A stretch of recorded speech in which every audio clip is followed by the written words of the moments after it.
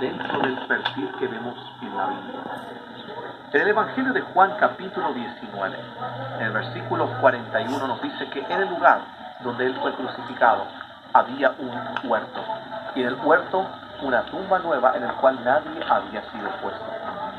Según la descripción que vemos en el Evangelio de Juan, los tres lugares, o mejor dicho, la tumba y el lugar de la crucifixión estaban en una proximidad cercana. Tenía que estar cerca. Muchas veces nos imaginamos que el sepulcro estaba lejos del lugar de la crucifixión. Pero, sí, por supuesto. Juan capítulo 19, versículo 41, y quizás también puede leer el versículo 42 también, para que ustedes puedan entender del por qué se cree que este lugar pudo haber sido realmente el lugar. Versículo 41 y versículo 42. Otros versículos. 41 dice en 41. Y en el lugar donde había sido crucificado, había un muerto. Bueno, muy claro. Y en el huerto, un sepulcro nuevo, en el cual aún no había sido puesto ninguno. Allí pues, por causa de la preparación de la Pascua de los judíos, y porque aquel sepulcro estaba cerca de donde pusieron a Jesús. Exactamente. Ahí tienen la descripción. La Biblia misma nos dice claramente que el sepulcro estaba cerca del lugar de la crucifixión. Y explica el por qué. ¿Por qué tenía que estar cerca? Porque vemos en las Escrituras que José de Arimatea y Nicodemo, según el Evangelio de Juan, estaban corriendo en contra del reloj. Ellos tenían que utilizar un sepulcro que estaba cerca del lugar, porque ellos tenían que hacer varias cosas rápidamente, mucho antes de la puesta del sol. La puesta del sol en esa época del año comienza aproximadamente a las 6:45 de la tarde. Ahora, la Biblia nos dice que Jesucristo entrega el Espíritu aproximadamente en la 9ª hora, que sería las 3 de la tarde.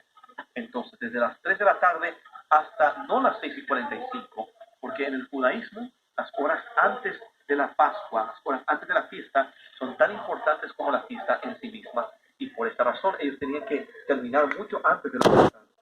Por esa razón, José de Arimatea y Nicodemo, corriendo, utilizan el sepulcro que estaba cerca, y el sepulcro que estaba cerca era el sepulcro de José de Arimatea. Y por esa razón, él se ve movido a utilizar su sepulcro para la sepultura de Jesús. Ahora, Juan dice que en esa propiedad, donde el sepulcro estaba, en esa propiedad había un huerto. Y cuando vemos la palabra huerto en la Biblia, siempre es en referencia al concepto de un jardín agricultural. Por darles un ejemplo, el huerto del Getsemaní, no sé si ustedes han visitado este lugar, el huerto del Getsemaní en la época de Jesús fue un jardín agricultural que fue utilizado para producir aceite de oliva. La palabra Getsemaní o Gashmanim en arameo literalmente significa prensa de aceite. Por ejemplo, el huerto del Edén es otro ejemplo de esto. Y aquí, en este lugar, tenemos evidencia de que este lugar también fue un huerto para uso privado, más específicamente un viñedo en la época de Jesús. En el año 1877, cuando se comenzó las excavaciones en esta área, se descubrió aquí en este lugar una cisterna de agua de lluvia.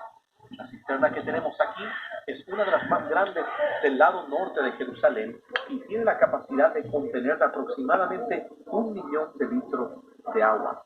Tiene una profundidad de 9.4 metros, tiene 9 metros de ancho y tiene cerca de 18 metros de largo. Para que ustedes tengan una idea, esta cisterna tiene aproximadamente la mitad de la capacidad de una piscina olímpica. Es bastante grande. Y esta cisterna se encuentra aquí mismo, pero por debajo de la plataforma que está ahí.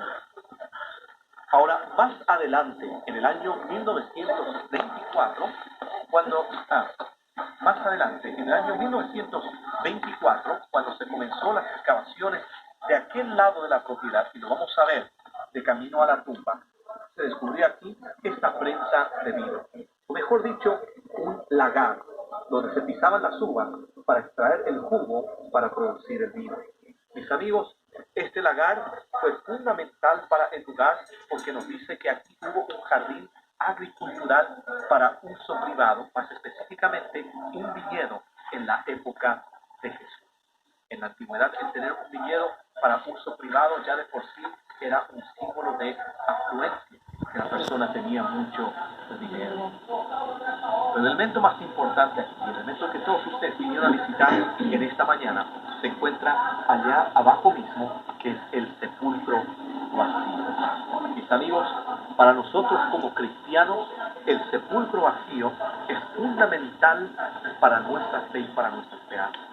La resurrección física de Jesucristo es crucial para el Evangelio.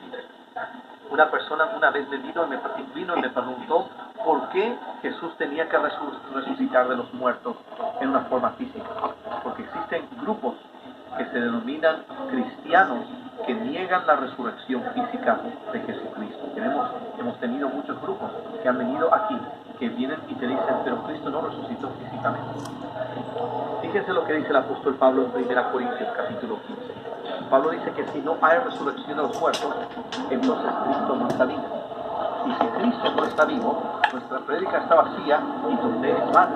Y si Cristo no resucitó de los muertos, todavía nosotros estamos en nuestros pecados. Mis amigos, nuestra fe sería muy patética si Cristo no resucitó físicamente de los muertos. Pero el versículo 20 del apóstol Pablo dice, mas Cristo resucitó de los muertos, Él es las primicias de aquellos que durmieron en Él.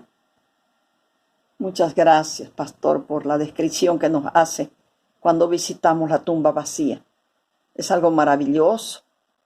Vuelvan, amados hermanos, visiten los que deseen, visiten Israel.